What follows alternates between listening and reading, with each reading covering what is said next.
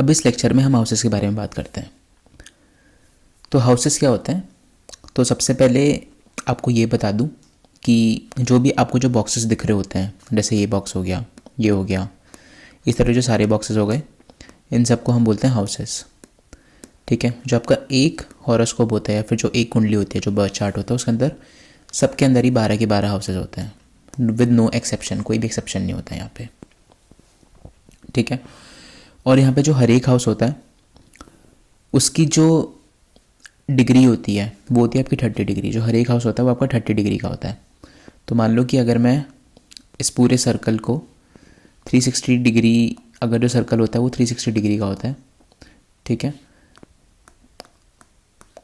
तो अगर मैं इसको 12 से डिवाइड कर दूं तो आपका बैठता है 30 डिग्री, क्योंकि हमारे पास 360 डिग्री का ये हो गया और हमारे पास जो 12 घर हैं, टोटल 12 हाउसेज होते हैं, तो जो मेरे पास एक हाउस की जो डिग्री बैठी है वो बैठी 30 डिग्री। ठीक है। तो जो डिग्री का कॉन्सेप्ट है अभी हम बाद में समझेंगे कि एक्चुअली में होता क्या है, लेकिन बस ये बेसिक समझाने के लिए है कि जो हर एक हाउस होता है वो 30 डिग्री का होता है। अब हम बात करते हैं कि हर एक हाउस की क्या सिग्निफिकेंस होती है। ठीक है। जैसे हमने देख लिया टोटल हाउसेज, टोटल 12 हाउसेज होते हैं। ठीक है। अब इन 12 हाउसेज का मतलब क्या है? इसमें से जो हर एक 12 हाउस, इसमें से जो हर एक हाउस होता है उसका कुछ ना कुछ मतलब होता है, कुछ ना कुछ सिग्निफिकेंस होता है, जो हमें फिर फाइनल रिजल्ट देता है। जैसे अब हम फर्स्ट हाउस के बारे में बात करते हैं। फर्स्ट हाउस क्या हुआ? फर्स्ट हाउस हो गया आपका ये। फर्स्ट हाउस क्या हुआ? फर्स्ट हाउस होता है, फर्स्ट हाउस हमारे पास हमारी फिजिकल बॉडी को रिप्रेजेंट करता है, हमारे फिजिकल कैरेक्टरिस्टिक्स को बिलोंग बताता है।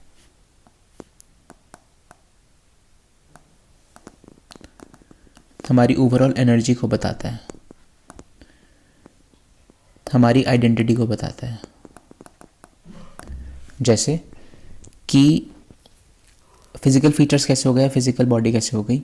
मान लो कि किसी का फेस होता है, किसी का, आप किसी से मिलो उसका फेस राउंड है, या फिर किसी से मिलो उसका फेस लॉन्ग है, तो वो हमारे फिजिकल कैरेक्टरिस्टिक्स हो गई। ठीक है। फिर आईब्रोज किसी की डार्क होती हैं, किसी की बहुत ज़्यादा डार्क होती हैं आईब्रोज, किसी की बहुत ज़्यादा लाइट होती हैं, तो वो भी फिजिकल कैरेक्टरिस्टिक्स में आता है। या मान लो किसी का जो फेस का कॉम्प्लेक्शन है थोड़ा डार्क है, ठीक है, या फिर किसी का कम डार्क, किसी का डार्क नहीं है, तो वो सारा भी हमारे फिजिकल कैरेक्टरिस्टिक्स में आता है। फिजिकल बॉडी क्या हो गई? जैसे कि आपकी हाइट हो गई, ठीक है, आपका वेट हो गया, ठीक है, आपकी बिल्ड कैसी है, कि आप स्ट्रॉन्ग बिल्ड हो या फिर स्किनी बिल्ड हो, तो ये सारा आपका फिजिकल बॉडी के अंदर आता है। कि आप कितने एनर्जेटिक हो, ठीक है, आप जब भी किसी भी चीज़ को लेके कितने एनर्जेटिक रहते हो, तो वो सब कुछ आपका ये बताता है, फर्स्ट हाउस बताता है। फर्स्ट हाउस और क्या बताता है? आपका पर्सनल स्टाइल क्या है, किस तरह की स्टाइल को आप पसंद करते हो। ठीक है।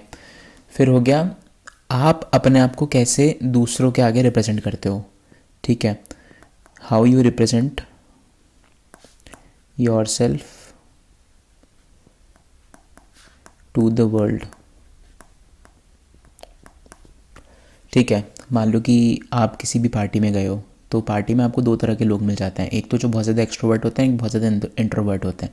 एक्सट्रोवर्ट एज इन कि जो लोगों से मिलने के लिए सबसे जाके बात करना स्टार्ट कर देते हैं, ठीक है, बिल्कुल भी शर्माते नहीं हैं, ठीक है। या फिर जो कुछ इंट्रोवर्ट होते हैं वो होते हैं कि अगर आपने बात कर ली तो कर ली, वरना वो बात नहीं करते, ठीक है। या फिर आप किस तरह से अपने आप को रिप्रेजेंट करते हो, आप अपने आप को किस तरह से दिखाना चाह रहे हो, तो वो आपका जो होता है वो फर्स्ट हाउस बताता है। ठीक है।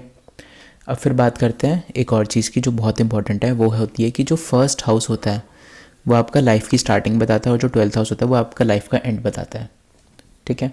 तो ये सब हो गई हमारी चीज़ फर्स्ट हाउस की। अब हम आते हैं अपने दूसरे हाउस विच है सेकेंड हाउस। तो जिस तरह से फर्स्ट हाउस की कुछ कैरेक्टरिस्टिक्स हैं, उसी तरह सेकेंड हाउस की भी कैरेक्टरिस्टिक्स हैं, वो देख लेना। सेकेंड हाउस होता है वो आपको बताता है कि आपका टेस्ट क्या है,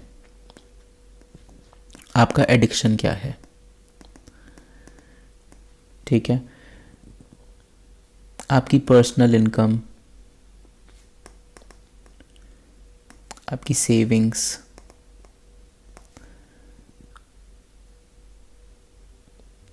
आपके close relatives, immediate family members,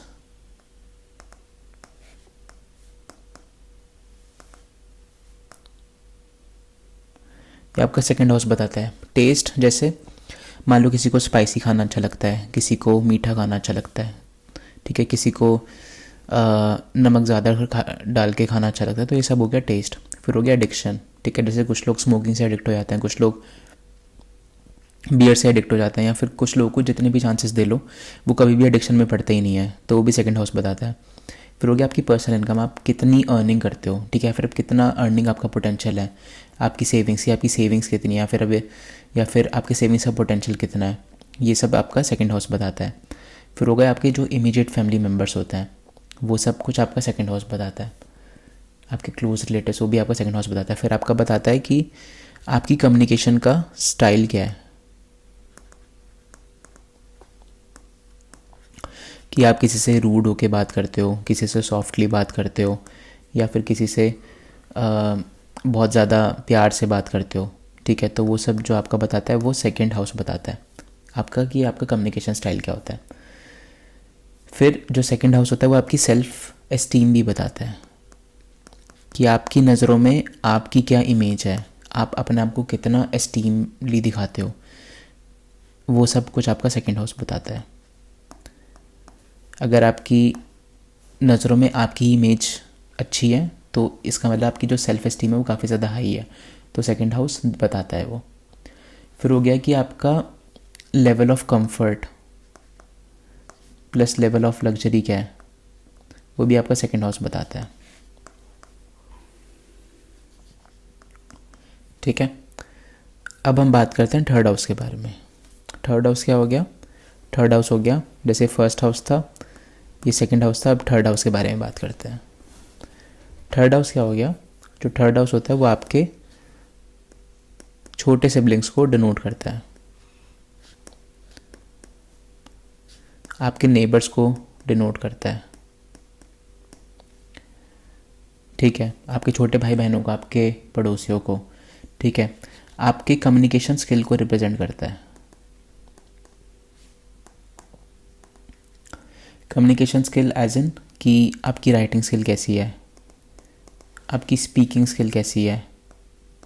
कुछ लोग होता है ना कि जो बहुत डिबेट के अंदर काफ़ी अच्छे होते हैं, या फिर कुछ लोगों की राइटिंग बहुत अच्छी होती है, राइटिंग स्किल्स काफ़ी अच्छी होती है, काफ़ी अच्छा लिखते हैं, तो वो आपका बताता है थर्ड हाउस, ठीक है। लेकिन थर्ड हाउस और सेकंड हाउस में एक डिफरेंस समझने की नीड है, कि जो सेकंड हाउस होता है वो भी कम्युनिकेशन का बताता है, थर्ड हाउस भी कम्युनिकेशन का बताता है, लेकिन सेकंड हाउस होता है वो आपको बताता है कम्युनिकेशन का स्टाइल, कि आप कैसे बोलते हो, आप कैसे कम्युनिकेट करते हो, आप रूड लिखते हो, सॉफ्ट लिखते हो, या फिर बहुत प्यार से बात करते हो, ठीक है। जो थर्ड हाउस होता है आपका कम्युनिकेशन स्किल बताता है, इरिस्पेक्टिव ऑफ कि आप कितना रूड बोलते हैं, कितना प्यार से बात करते हो, आप लिखते कैसे हो, आपके अंदर जैसे जिनका भी थर्ड हाउस होता है वो काफ़ी अच्छे जर्नल्स वगैरह लिख सकते हैं, ठीक है। स्पीकिंग स्किल जिनकी अच्छी होती है वो अच्छा डिबेट कर पाते हैं, ठीक है, कितना अच्छा बोलते हैं वो लोग, ठीक है, इरिस्पेक्टिव ऑफ कि वो रूड बोल रहे हैं फिर सॉफ्ट बोल रहे हैं, बस वो कितना अच्छा अपने आप को प्रेजेंट कर पा रहे हैं, कितना अच्छा बोल पा रहे हैं, कितना अच्छा लिख पा रहे हैं, ये सब कुछ बताता है आपका थर्ड हाउस, ठीक है। फिर बात आती है आपका थर्ड हाउस और क्या बताता है। थर्ड हाउस आपका बताता है आपकी शॉर्ट ट्रिप्स। मान लो कि ऑफिस के लिए आप दिल्ली में रहते हो तो नोएडा जा रहे हो या फिर गुड़गांव जा रहे हो, फिर जो आपकी डेली छोटी छोटी ट्रिप्स लगती रहती हैं वो सब कुछ आपको बताता है थर्ड हाउस। या फिर हो गया आपका लोकल ट्रैवल, जो आप लोकली ट्रैवल करते हो, वो सब आपका थर्ड हाउस बताता है। थर्ड हाउस जो एक और इम्पॉर्टेंट चीज़ होती है वो इसलिए इम्पॉर्टेंट माना जाता है क्योंकि आपका करेज, आपका मोटिवेशन बताता है, ठीक है। तो इसलिए एस्ट्रोलॉजी में बोला जाता है कि जो आपका थर्ड हाउस होता है वो बहुत ज़्यादा अच्छा होना चाहिए। जितना ज़्यादा अच्छा होगा आप उतने ज़्यादा करेजस होगे, उतना ज़्यादा मोटिवेटेड रहोगे, ठीक है। तो ये आपकी असर्टिवनेस भी बताता है कि आप लोगों के सामने अपनी बात रख पा रहे हो नहीं रख पा रहे, इरिस्पेक्टिव ऑफ हिज और हर स्टेटस। कभी कभार होता है ना कि आप बस लोगों की सुनते रहते हो बट अपनी बात रख नहीं पाते, ठीक है। चाहे अगर आपके साथ गलत भी हो रहा है तब भी आप उस चीज़ को सहन करते रहते हो बट आप बता नहीं पाते उस चीज़ को, तो वो थर्ड हाउस से देखा जाता है। फिर होता है आपके स्किल्स और टैलेंट्स, जो भी आपका टैलेंट्स हो गए, ठीक है, जो भी आपके स्किल्स हो गए इन जनरल, ठीक है। कम्युनिकेशंस वगैरह के बारे में तो ऊपर बात करिए, लेकिन जो इन जनरल स्किल्स हो गए जैसे डेवलपमेंट रिलेटेड स्किल्स हो गए, ठीक है, तो वो सब कुछ आपका थर्ड हाउस बताता है। फिर हो गया आपका करेज और विल पावर। ठीक है, थर्ड हाउस होता है आपका करेज को बताता है, करेज आपका, और थर्ड हाउस आपका विल पावर भी बताता है आपके अंदर कितनी विल पावर है। तो इसलिए बोला जाता है कि जितनी ज़्यादा हमारे पास विल पावर होगी, जितना ज़्यादा करेज होगा, जितना ज़्यादा मोटिवेटेड हम रहेंगे, उतना ज़्यादा हमारे लिए बेटर होता है, हम लाइफ के अंदर गोल्स को अचीव कर पाते हैं। इसलिए जो थर्ड हाउस होता है वो स्ट्रांग होना बहुत ज़्यादा इंपॉर्टेंट होता है। थर्ड हाउस आपका प्रॉपर्टी सेल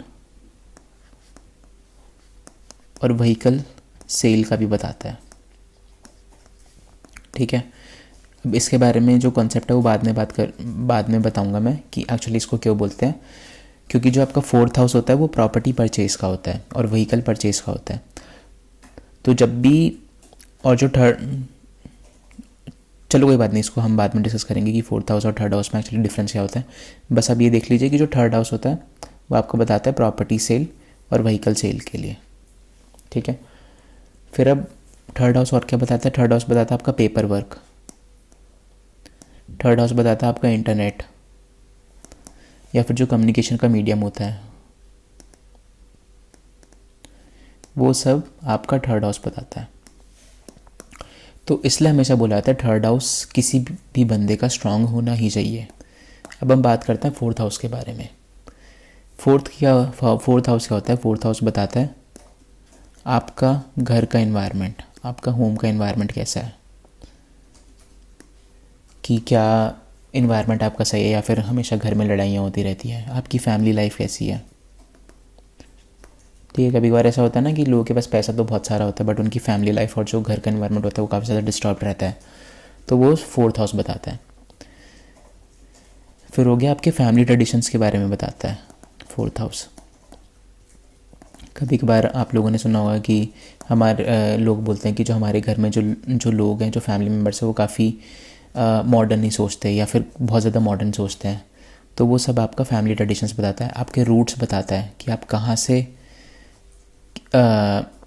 मतलब कि आपकी जो पूरी फैमिली है वो किस किस रूट से बिलोंग करती है, किस जगह से उठ के आई है। ठीक है, आपकी एंसेस्ट्रल हेरिटेज क्या है। ठीक है, आपके एंसेस्टर्स किधर रहते थे या फिर किस किस तरह से उनका बिहेवियर था, किस किस ट्रेडिशंस को वो फॉलो करते थे, वो सब कुछ आपका फोर्थ हाउस बताता है। फिर जो आपका फोर्थ हाउस होता है वो आपका होता है बहुत ज़्यादा इंपॉर्टेंट मदर का हाउस। आपकी मदर के साथ रिलेशनशिप कैसी है और आपके ऊपर मदर का इन्फ्लुएंस कैसा है, वो आपका फोर्थ हाउस बताता है। ठीक है, फोर्थ हाउस आपका बताता है इमोशनल स्टेबिलिटी का, कि आप कितने ज़्यादा इमोशनल स्टेबल हो। कभी कभार क्या होता है कि लाइफ में बहुत ज़्यादा प्रॉब्लम्स आ रही होती हैं, ठीक है, लेकिन उसके बाद भी कुछ लोग बहुत ज़्यादा स्टेबल रहते हैं, बहुत ज़्यादा हाइपर नहीं होते, बहुत ज़्यादा पैनिक नहीं होते। तो जो पैनिक नहीं होते, जो हाइपर नहीं होते, उनकी इमोशनल स्टेबिलिटी काफ़ी अच्छी होती है, तो उनका फोर्थ हाउस काफ़ी अच्छा होता है। तो ये सब चीज़ होती है आपकी, जो फोर्थ हाउस इमोशनल स्टेबिलिटी बताता है। ठीक है, और कितनी भी चाहे प्रॉब्लम आ जाए, आप कितनी अपनी लाइफ के अंदर इनर पीस मेंटेन करके रख रहे हो, तो वो सब कुछ आपका फोर्थ हाउस बताता है, इनर पीस। फिर होता है फोर्थ हाउस आपका, जो काफ़ी ज़्यादा लोग एक्साइटेड रहते हैं, वो होता है रियल एस्टेट। Real estate. फिर हो गया आपका प्रॉपर्टी। ठीक है, कि आपकी कितनी ओनरशिप रहेगी रियल एस्टेट में, कितनी प्रॉपर्टी रहेंगी, ये सब कुछ आपका फोर्थ हाउस बताता है। फिर हो गया आपका एजुकेशन और लर्निंग का। ठीक है, कि आपकी एजुकेशन कैसे रहने वाली है या फिर कितनी रहेगी एजुकेशन। ठीक है, आपकी लर्निंग कैसी रहेगी, वो सब कुछ आपका फोर्थ हाउस बताता है। ठीक है, आपका लर्निंग के इंटरेस्ट क्या है। जैसे किसी लोगों को मैथ्स अच्छे लगते हैं,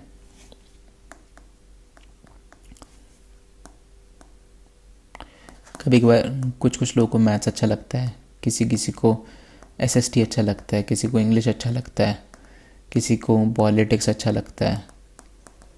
ठीक है, किसी को कंप्यूटर साइंस अच्छा लगता है। तो ये जो सारे जो आपके लर्निंग इंटरेस्ट होते हैं, वो सब कुछ आपका कौन बताता है? वो आपका फोर्थ हाउस बताता है।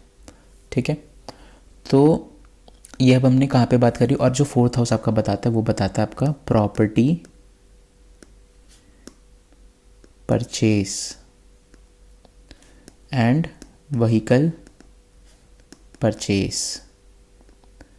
ठीक है, तो अभी जैसे हमने ऊपर बात करी थी ना कि जो थर्ड हाउस होता है वो आपका प्रॉपर्टी सेल और व्हीकल सेल का बताता है। जो फोर्थ हाउस होता है वो आपका बताता है प्रॉपर्टी परचेज और व्हीकल परचेज। जो थर्ड हाउस है वो आपको बताता है property sale and vehicle cell.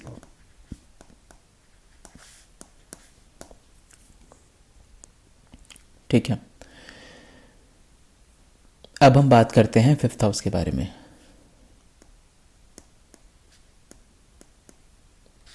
तो फिफ्थ हाउस एक बार हम उधर देख लें तो कहाँ पर होगा फिफ्थ हाउस। तो ये फोर्थ हाउस था अपना, और अब होगा अपना फिफ्थ हाउस। फिफ्थ हाउस होगा ये वाला। तो फिफ्थ हाउस क्या होता है?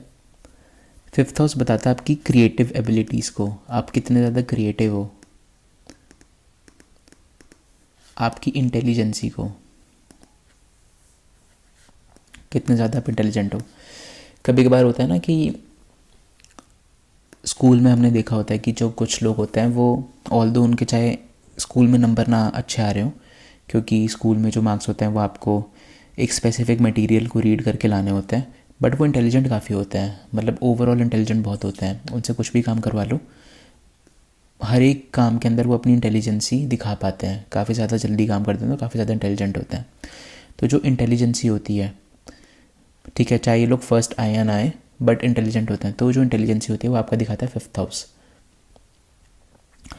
अब कैसे अपने आप को जो आपकी जो बच्चे होते हैं, जो चिल्ड्रन होते हैं, उनके साथ आपकी रिलेशनशिप कैसे रहने वाली है।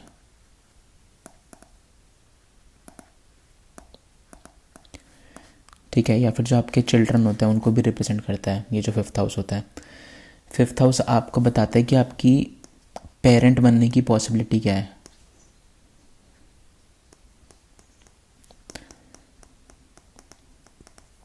कभी कभार होता है ना कुछ लोगों को अपनी लाइफ में पेरेंट नहीं बन पाते या फिर उनको अडॉप्ट करना पड़ता है, तो वो भी फिफ्थ हाउस बताता है।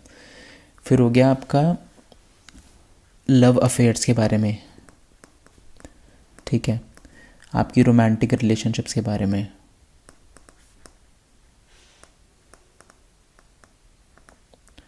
ठीक है, तो ये सब कुछ बताता है वो आपका फिफ्थ हाउस बताता है। ठीक है, फिफ्थ हाउस आपका गैम्बलिंग के बारे में भी बताता है और स्पेक्यूलेशन। तो कभी बार लोगों को अच्छा लगता है ना गैम्बलिंग करना, ठीक है, ड्रीम 11 खेलना, या फिर और भी जो तरीके के होते हैं गैम्बलिंग करना, ठीक है, आपका रिस्क टेकिंग एटीट्यूड जो होता है, ठीक है, वो बताता है आपका फिफ्थ हाउस। तो फिफ्थ हाउस भी काफ़ी ज़्यादा इंपॉर्टेंट हाउस होता है। वो इसलिए इंपॉर्टेंट होता है क्योंकि जनरली लोग जो देखते हैं वो उसको पेरेंटहुड की पॉसिबिलिटी से देखते हैं कि आप कितने ज़्यादा इंटेलिजेंट हो, उससे देखते हैं क्रिएटिव एबिलिटीज़ को। हाँ, फिफ्थ हाउस आपका बताता है कि आप आपके सल्यूशंस देखने की, आप सल्यूशन देने की आपकी क्या कैपेबिलिटी है, सल्यूशन गिविंग एबिलिटी, कितने अच्छे आप ज़्यादा सल्यूशन दे पाते हो। तो ऐसे जो लोग होते हैं वो अच्छे कंसल्टेंट बन सकते हैं क्योंकि वो अच्छे सल्यूशन दे पाते हैं। आपका हीलिंग का भी हाउस होता है ये, आप हील कर पाते हो लोगों को, तो ये भी आपका फिफ्थ हाउस बताता है। ठीक है, तो अभी हमने 5 हाउसेस कर लिए।